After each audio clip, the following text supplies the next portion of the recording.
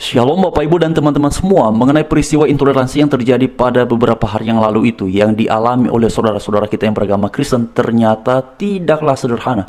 Di balik dari peristiwa ini ternyata ada kisah yang panjang. Dan hal ini kemudian barulah terungkap ketika peristiwa beberapa hari yang lalu itu menjadi viral sekali, sehingga kemudian memunculkan beragam reaksi di ruang publik. Ada banyak sekali pihak yang kemudian menyampaikan pernyataan dan kecaman mengenai yang dialami oleh saudara-saudara kita yang beragama Kristen di sana. Nah, seperti yang ada di layar, ini justru kemudian diungkapkan oleh seseorang yang sangat peduli terhadap toleransi dan juga yang dialami oleh saudara kita yang beragama Kristen. Seperti yang ada di layar ini, teman-teman, Bapak Ibu sekalian, ini diposting oleh Mangku Langit ya, 1 hari yang lalu. Dan ini sudah disukai 4.000 lebih ya, juga komentarnya 300 orang lebih. Dan karena itu, mari sama-sama kita mendengarkan terlebih dahulu ya yang disampaikan oleh kakak ini. Satpol PP bersama segelintir oknum masyarakat Kabupaten Tangerang mensegel gereja saat Jumat Agung.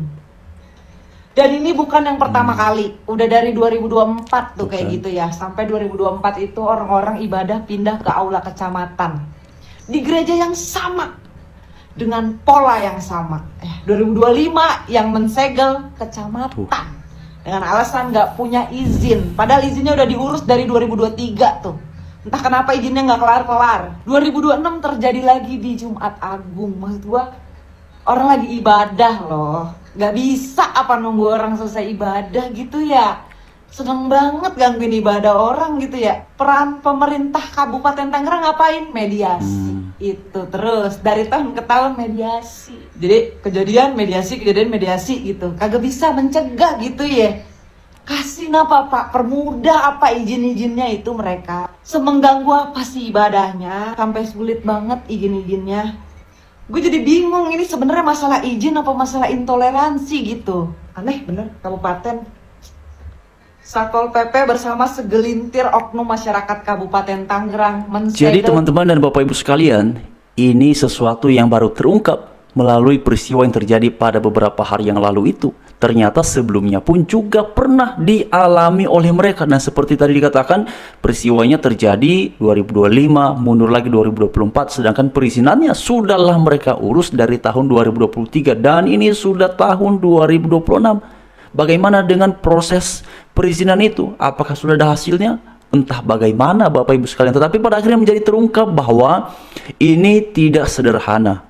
Karena ini sudah lama sekali mereka berupaya untuk mendapatkan izin, tapi kemudian tidak juga ada hasilnya. Tidak juga kita ketahui bagaimana keputusan akhirnya. Tapi tadi kakak ini menyampaikan bahwa justru yang dilakukan manakala terjadi penolakan, mediasi lagi. Poin penting dari yang disampaikan ini adalah nggak bisa apa itu dicegah. Inilah yang dibutuhkan sebenarnya untuk tegaknya toleransi di tanah air kita tercinta, adalah melakukan tindakan preventif, tindakan pencegahan supaya tidak ada satu penganut agama manapun yang ada di tanah air ini yang mengalami tindakan-tindakan intoleransi seperti yang terjadi dialami oleh saudara kita yang beragama Kristen pada beberapa hari yang lalu itu. Wah, teman-teman dan Bapak Ibu sekalian, tadi ketika saya mendengar ini, saya berpikir bahwa entah mengapa ya, peristiwa-peristiwa intoleransi yang sebenarnya mudah sekali diatasi ini, kok seperti terkesan diabaikan, kok seperti terkesan tidak peduli. Ya kalau terjadi lagi ya nanti mediasi lagi, kan seperti yang tadi dikatakan. Terjadi 2024 mediasi, terjadi 2025 mediasi, terjadi 2026, benar beberapa hari yang lalu itu kan mediasi. Memang mediasi beberapa hari yang lalu itu beda ya, karena itu ada staf sus dari Menteri Agama Republik Indonesia, Pak Gugun Gumilar, langsung turun tangan, bahkan beliau menjadi mediator. Tapi nanti nggak tahu kita berikutnya hasilnya akan seperti apa. Bahkan ada statement dari Pak Bupati itu dikabarkan, beliau katanya akan memberikan tempat peribadatan yang bisa dipakai secara permanen. Rencana seperti itu. Apakah nanti ini bisa terwujud? Kita juga belum tahu teman-teman. Tapi yang disampaikan oleh kakak ini pada akhirnya memunculkan beragam reaksi di pengguna media sosial seperti yang ada di sini. Banyak sekali yang kemudian menyampaikan komentar ya. Jadi di sini juga ada yang menyampaikan bahwa Satpol PP adalah alat pemerintah. Betul. Tapi apa yang terjadi beberapa hari yang lalu itu ya, gerejanya disegel Bapak Ibu. Teman-teman, disegel itu. Ya. Wah, memang akhirnya sudah dibuka karena Pak Gugun Gumilar turun tangan ya. Lalu kemudian ya, terima kasih ya Mbak untuk perhatiannya. Kiranya Tuhan yang Maha Kuasa memberkati Mbak bersama keluarga. Semoga suara Mbak menjadi lilin terang buat bangsa dan negara kita Indonesia ini.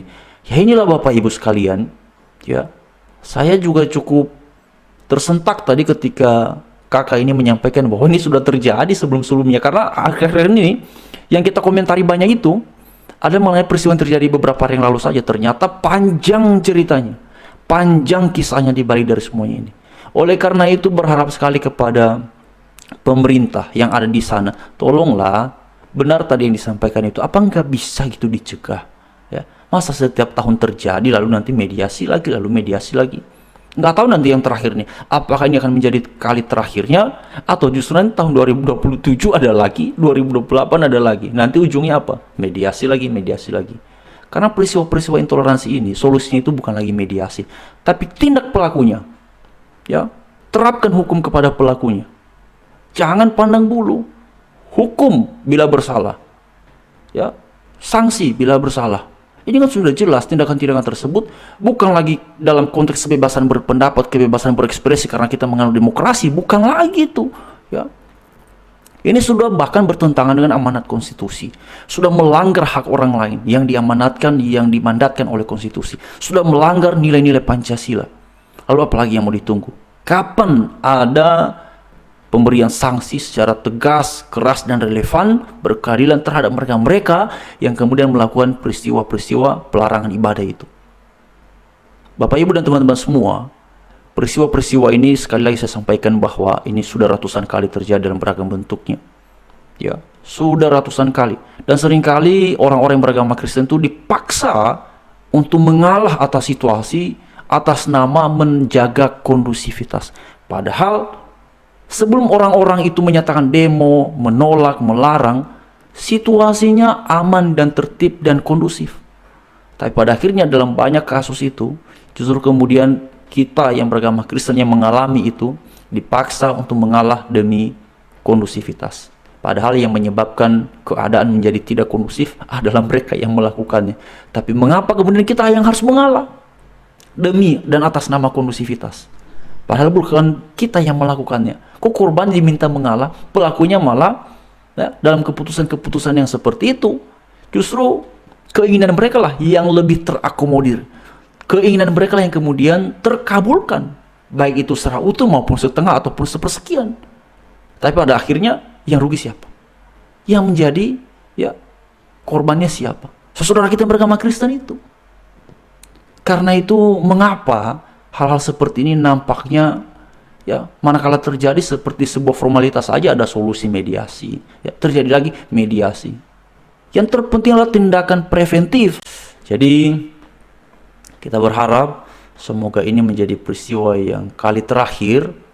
Ya entah bagaimana Bapak Ibu, sebenarnya saya juga agak kurang yakin ya apakah ini bisa menjadi peristiwa kali terakhir, ya terakhir kalinya, ataukah akan bagaimana dan seperti apa. Tetapi harapan saya, ya janganlah terus terulang seperti ini. Sampai kapan peristiwa-peristiwa begini terulang lagi, terulang lagi. Kita doakan tetap ya yang terbaik bagi bangsa kita Indonesia.